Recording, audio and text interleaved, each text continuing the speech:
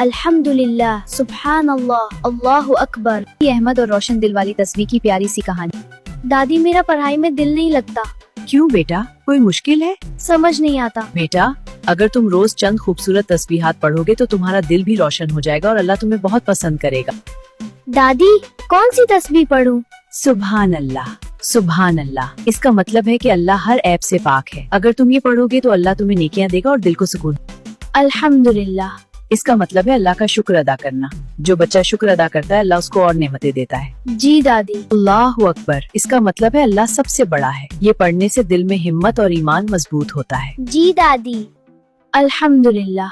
इसका मतलब है अल्लाह का शुक्र अदा करना। जो बच्चा शुक्र अदा करता है अल्लाह उसको और नेमतें देता है। जी दादी। अस्तगफिरुल्लाह। उसका मतलब है अल्लाह से माफी मांगना। जब हम गलती करें तो ये पढ़ने से अल्लाह हमें माफ कर देता है। दुरूद शरीफ, अल्लाहुम्मा सल्ली अला मोहम्मद। ये पढ़ने से अल्लाह और फरिश्ते भी खुश होते हैं और नबी करीम से मोहब्बत बढ़ती है। जी दादी। दादी, मैं ये कब पढ़ूं?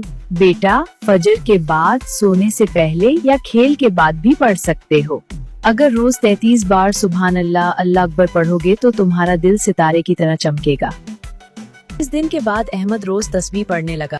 अल्हम्दुलिल्लाह, सुभान अल्लाह, अल्लाहु अकबर, अल्हम्दुलिल्लाह, सुभान अल्लाह।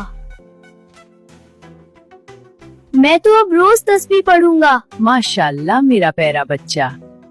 देखा बेटा, तस्बीह पढ़ने से दिल भी अच्छा होता है और अल्लाह भी खुश होता है। जी दादी, मैं समझ गया। अस्सलामुअलैकुम। अगर आपको हमारी वीडियोस पसंद आए तो हमारे चैनल द फैमिली वॉर्ड को सब्सक्राइब करें और नई वीडियोस की अपडेट्स के लिए बेल आइकन जरूर दबाएं।